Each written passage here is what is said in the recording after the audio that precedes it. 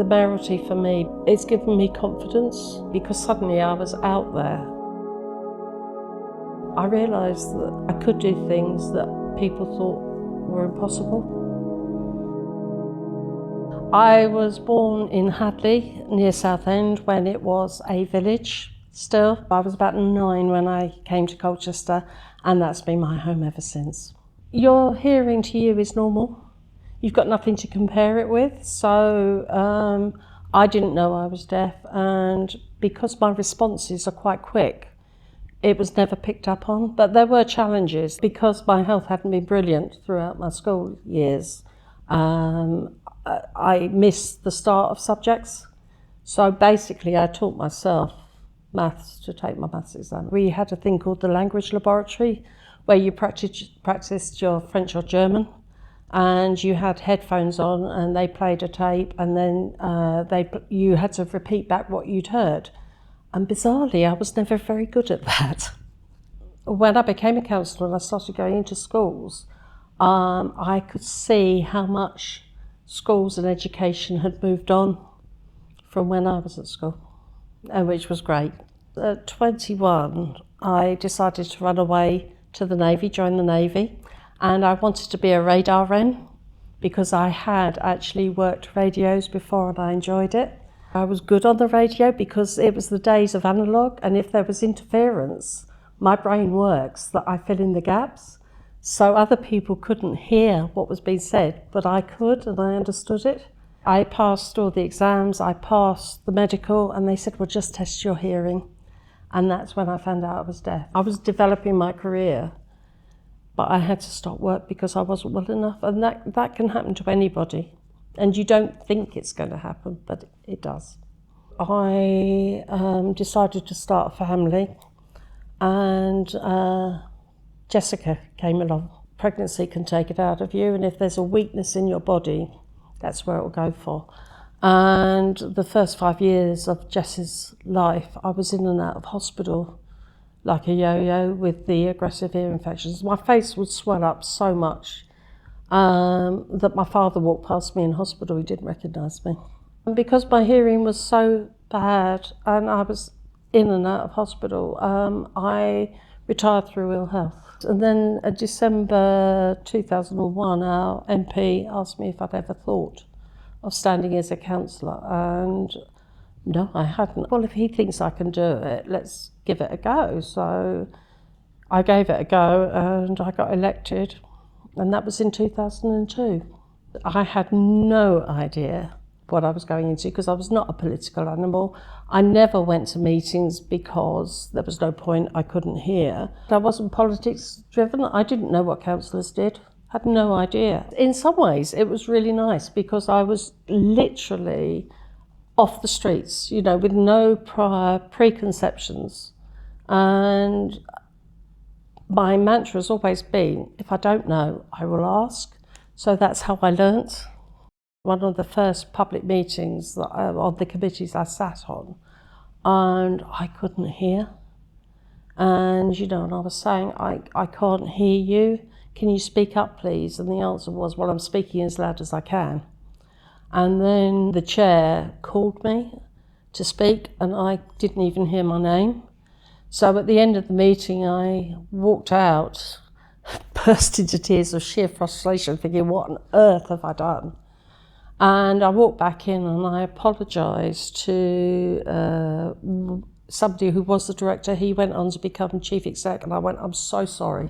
And he said, don't you ever apologise. You have been elected to represent your people, so it's our job to make sure that you can do it. And that's sort of like, that gave me the confidence.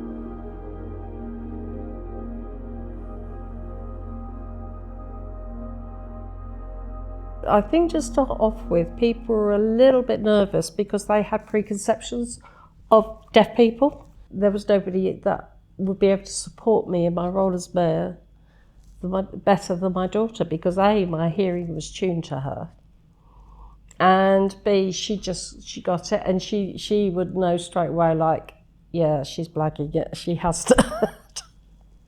And it was just little things like, so if we were at dinner, she always sat on my hearing side, And people very quickly got used to, if I couldn't hear them, they would talk to Jess, who would relay it to me. So we'd have conversations like that. When I first started, there was the older councillors liked to project their voices, and they used to say, I don't need to use the microphone, everybody can hear me. And it very quickly became we all used to shout back, no, we can't use the microphone. Officers have been absolutely brilliant, and we work together to work out what works, what doesn't work. My favourite thing is being able to deliver on behalf of my residents, and to make a difference to one person who's struggling. I take my responsibilities very, very seriously, because if somebody could be bothered to turn out and put an X, or as I call it, a little kiss in the box next to my name, then it doesn't matter whether they voted for me or not. My job is to represent those people to the council. And that's what I do. And I get great satisfaction on campaigning on different things and delivering. I think the most frustrating, from my point of view, thing is sometimes being patronised because the old-fashioned assumption that deaf people are a bit thick. And I still get that sometimes. And I just think, if only you knew how hard I was working. You concentrate and you work so hard to make sense of what you're hearing. Sound just doesn't wash over you. You have to, I always call it compute. So my brain is working to make sense and fill in the gaps. And sometimes I get it spectacularly wrong. My close friends, I dropped from sight for a year because by the time I'd finished, I was too tired for small talk, where I chaired a full council meeting, and I relied on the live captions, so basically 4 hours of reading live captions. The next day I paid for it. I started off with conventional hearing aids when I was 21, and that was challenging because, my thinking at the time is I don't belong here. These hearing aids are what old people get. Then with the aggressive ear infections, I couldn't block off the ear canals. I think it was 99, I had a Baha, bone-anchored hearing aid, which it works on bone conduction. And so I have a titanium screw, which is a snap-on connection on the side of my head. It enabled me to be able to hear. My consultant at Colchester referred me over to Edmunds because there was a new bit of technology called the Vibrant Sound Bridge, which was a middle ear implant. And then the processor can also Bluetooth connect to this, which is another piece of hearing kit. The technology I've got is quite niche. It's not common, and I mean, there's been GPs I've seen and they've gone, oh, I've never seen this before, so I know it's niche. For what I do, it's not the best, because because it's Bluetooth connected to my phone, every time I get a notification on my phone, and you can believe I get an awful lot, it beeps to tell me that there's a notification. I lose contact with sound in the room, and it seems like a long time. It's probably only a few seconds, but then I have to wait for another 4 beeps to tell me that I can hear in the room again. So that's frustrating. So I literally just turn it off, to put airplane mode on so nobody can contact me, which again, if there was an emergency. One of the things that made me very happy is I connected more with the deaf community. And it reminded me that not one size fits all.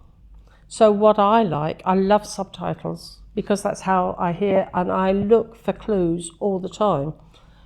I do know a bit of BSL, but I find BSL challenging because the grammar is so different to our grammar. In Colchester, we're fortunate. We have the Arts Centre, and they are so up there with making sure that everything is accessible. We've got stage text in Colchester, so that means that if you want to go and see a live caption show, you can. It's getting there, and it's raising awareness and just making people think. When there was a booking form for me, I used to say, you know, if there's something I need to know, quiet corner. And, you know, we'd work our way through it. If the right support is in place and people understand, then you can work through your deafness. Go for it, because you have a unique take on experiences that other people haven't, and you can bring that to the mix, because it would be so boring if we were all exactly the same.